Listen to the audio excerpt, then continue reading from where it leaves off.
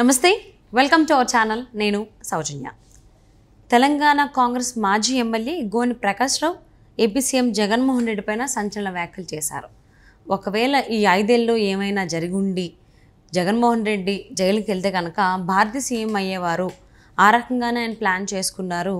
అవసరం తీరే వరకు ఒకలాగా, అవసరం తీరిపోయాక ఒకలాగా అనేటువంటి వ్యాఖ్యలు కూడా ఆయన చేయడం జరిగింది. మరి వీటిని ఏ విధంగా చూడాలి ఈ వ్యాఖ్యల్ని?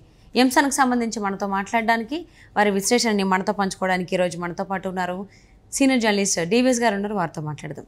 నమస్తే అండి. నమస్తే అమ్మా. తెలంగాణ కాంగ్రెస్ మాజీ ఎమ్మెల్యే గోని ప్రకాష్ రావు జగన్మోహన్ రెడ్డి పైన సంచలన వ్యాఖ్యలు చేశారు. వాటిని ఏ విధంగా చూడాలి? అందులో భార్య గురించి మాట్లాడారు, అమ్మ గురించి, చెల్లి గురించి కూడా మాట్లాడారు. అసలు ఏమనాలి, ఎలా అర్థం చేసుకోవాలి వాటిని? గోనె ప్రకాష్ రావు గారు వైఎస్ కుటుంబానికి చాలా ఆప్తుడు. జగన్మోహన్ రెడ్డికి, షర్మిలకు, విజయమ్మకు, అసలు ఆ కుటుంబానికి ఆయన అత్యంత సన్నిహితుడు.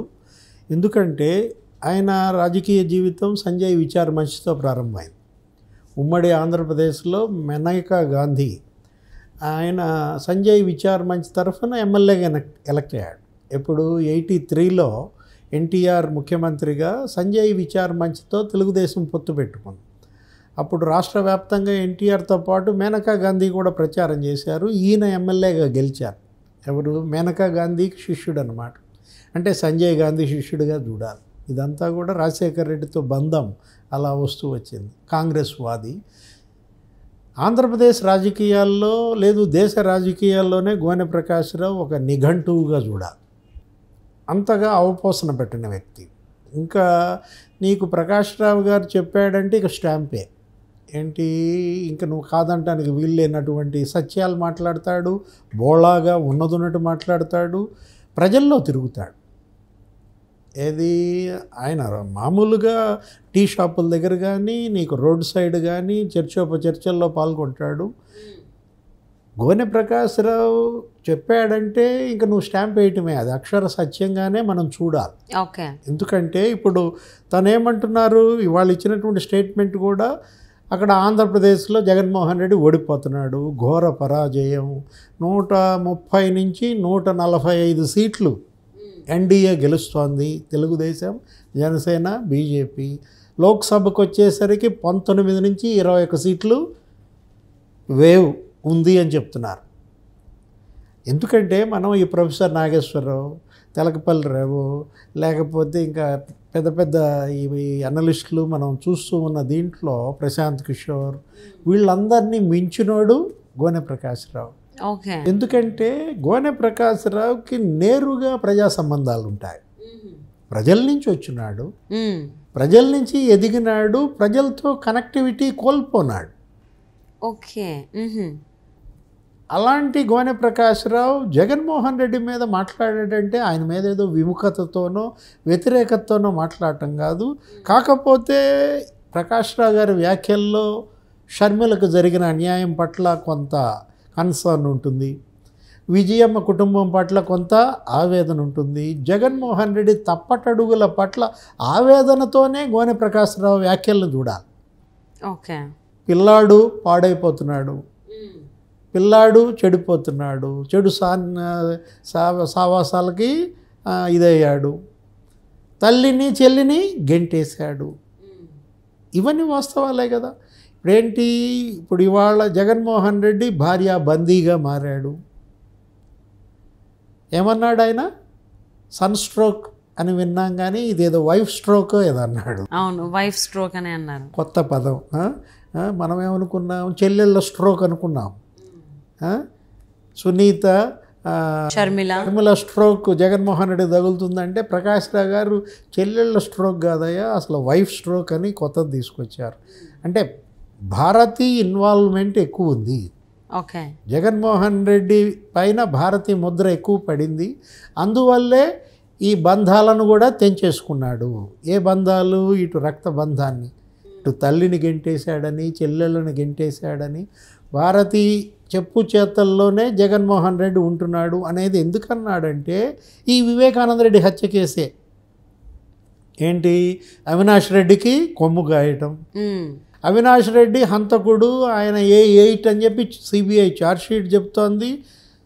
అవినాష్ రెడ్డి అక్కడ ఆ కట్లు కట్టడం, ఆ తర్వాత ఏంటి ఆ పూలతో అలంకరించటం, ఆ గాయాలు, ఆ రక్తం దొడవటం. నిన్న గంగిరెడ్డి తుడుస్తుంటే ఈయన చూసారంట బాబా అమాయకంగా. అవినాష్ రెడ్డి ఏం చేయలేదు. మేనమామ కూడా చెప్పినట్టున్నా, అదే సీఎం గారి మేనమామ, అవును సొంత మేనమామ రవీంద్రనాథ్ రెడ్డి కమలాపురం ఎమ్మెల్యే ఏమన్నారు, ఎర్రగంగిరెడ్డి ఆధారాలు తుడిపేస్తుంటే అవినాష్ రెడ్డి అమాయకంగా నిలబడి చూస్తూ ఉండిపోయాడనే మాట ఇవాళ వైబ్రేషన్స్ ఎక్కువ ఉన్నాయి, అవును ప్రజల్లోకి బలంగా వెళ్తోంది. ఆయనే అంతా చేశాడు, ఆయనే హత్య చేశాడు, ఈయన ఏమీ చేయలేదు, ఆయన ఆపకుండా అమాయకంగా చూస్తూ ఉండి. దాని మీదే షర్మిల కూడా మాట్లాడుతాం. అవును ఏంటి మరి ఈయన అసలు పాలు తాగే పిల్లాడా, అమాయకంగా చూస్తూ నిలబడటానికి? ఈయన ఎంపీ కదా, అవును ఎంపీగా ఈయనకి తెలియదా అది హత్య అని? తెలియదా అది హత్య అని తెలిసి మరి గుండెపోటని ఎలా చెప్పారు? అది హత్య అని తెలిసి రక్తపు వాంతులను ఎందుకు అన్నారు? దాన్ని మరి నారాసుర రక్త చరిత్రను ఎందుకు రాశారు? చంద్రబాబు చంపించాడు, లోకేష్ చంపించాడని ఎలా అన్నారు? ఇప్పుడు వీళ్ళే చెప్తున్నారు కదా, ఎర్రగంగిరెడ్డి అంతా చేశాడు, తుడుస్తున్నాడు, చెరిపేస్తున్నాడు, అవినాష్ రెడ్డి నుంచున్నాడు, నిలబడి చూస్తున్నాడు అమాయకంగా. ఇక్కడ ఎవరు అమాయకులు? చంద్రబాబు అమాయకుడా, లోకేష్ అమాయకుడా, తెలుగుదేశం అమాయకంగా మనకు కనపడుతోంది. వాళ్ళ మీద ఈ నెపం నెట్టేసి మొన్న గెలిచారు, ముఖ్యమంత్రి అయ్యారనేది కనపడుతోంది అన్నమాట. ఇప్పుడు ఈ ఇష్యూకి వచ్చేసరికి కూడా అదే కారణం. ఏది, గోనె ప్రకాశ్రావు జగన్మోహన్ రెడ్డితో విభేదించడానికి కూడా ప్రధాన కారణం అదే. దోషులకు కొమ్ము కాస్తున్నాడు, నిందితులకు ఒత్తాసు పలుకుతున్నాడు, సొంత కుటుంబాన్నే దూరం పెట్టాడు, తల్లి పట్ల నిరాదరణ, చెల్లెళ్ల పట్ల తీవ్రమైనటువంటి విముఖత జగన్మోహన్ రెడ్డికి ఎందుకు వచ్చాయంటే కేవలం వీటన్నిటికీ వెనకుండి చక్రం తిప్పింది భారతీ మేడం. కాబట్టి భారతి చెప్పింది కాబట్టే అవినాష్ రెడ్డిని జగన్మోహన్ రెడ్డి కాపాడుతున్నాడు అనేది గోనె ప్రకాశ్రావు గారి వ్యాఖ్యల్లో కూడా కనపడుతుంది.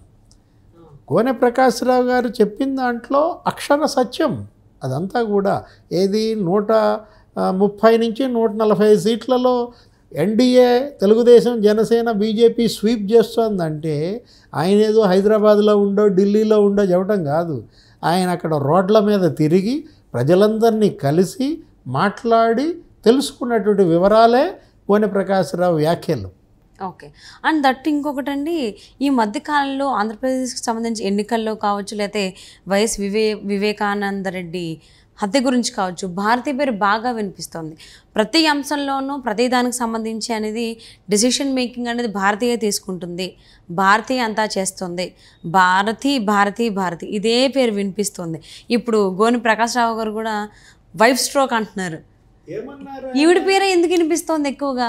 గోనె ప్రకాశ్రావు గారు అన్న దాంట్లో కూడా, నువ్వు అన్న దాంట్లోనే, జగన్మోహన్ రెడ్డి కనుక జైలుకి వెళ్తే ఈ 5 ఏళ్లలో ఎప్పుడు జైలుకి వెళ్తాడో తెలియదు. ఎందుకని, అక్కడ బెయిల్ రద్దు అయితే జైలుకి వెళ్ళిపోవాలి. రఘురామకృష్ణరాజు కూడా చెప్పాడు కదా, 3081 వాయిదాలు ఎగ్గొట్టాడు అని. అలాంటి పరిస్థితుల్లో తను కనుక బెయిల్ రద్దయి ఎప్పుడు బీజేపీ కోపం వస్తుందో, లేకపోతే అక్కడ సుప్రీంకోర్టు కన్నెర చేస్తుందో, ఈయన బెయిల్ రద్దు అయితే ఇక్కడ ముఖ్యమంత్రి ఎవరు ఉండాలా? భార్యనే ముఖ్యమంత్రిగా కూర్చోబెట్టడం కోసం జగన్మోహన్ రెడ్డి సిద్ధమయ్యాడు. ఆమెకి పరిపాలనాపరమైనటువంటి అంశాల్లో ఇన్వాల్వ్మెంట్ పెంచాడు. సమీక్షల్లో కూడా ఇంటి దగ్గర పెట్టుకోవటానికి, తాడేపల్లి ప్యాలెస్కే అధికారులను రప్పించుకోవటానికి ఈయన అసలు సెక్రటేరియట్కి వెళ్లకుండా ఎగ్గొట్టుతూ మొత్తం ముఖ్య కార్యదర్శులందరినీ ఇంటికి పిలిపించి ఇంటి దగ్గరే ఈ చర్చోపచర్చలు, ఈ పరిపాలన, ఈ యంత్రాంగం ఇదంతా దగ్గర చేయటం కూడా అది భారతీ రెడ్డికి డ్రెస్ రిహార్సల్స్.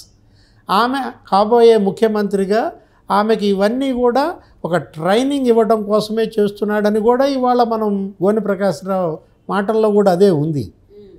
అంటే జగన్మోహన్ రెడ్డి ఇంకా ఎవరిని నమ్ముకోవటానికి సిద్ధంగా లేదు. కేవలం తన భార్య కోసం ఇవాళ జగన్మోహన్ రెడ్డి ఆయన రాజకీయ జీవితాన్నే పణంగా పెడుతున్నాడా? ఆయన పార్టీనే పణంగా పెడుతున్నాడా? అవినాష్ రెడ్డి కోసం, భారతీ మేడం కోసం ఇవాళ కుటుంబాన్నే వదిలేశాడు. సో తెలంగాణకు చెందిన కాంగ్రెస్ మాజీ ఎమ్మెల్యే గోనె ప్రకాశ్రావు గారు చేసిన కామెంట్స్ అది ఏపీ జగన్మోహన్ రెడ్డి పైన సంచలనమైన కామెంట్సే. మరి ఆ కామెంట్స్ ఇంకెక్కడ ఏం రాజుకుంటాయి, ఎవరు స్పందిస్తారు అనేది చూద్దామండి. Thank you so much DVS గారు. నమస్తే.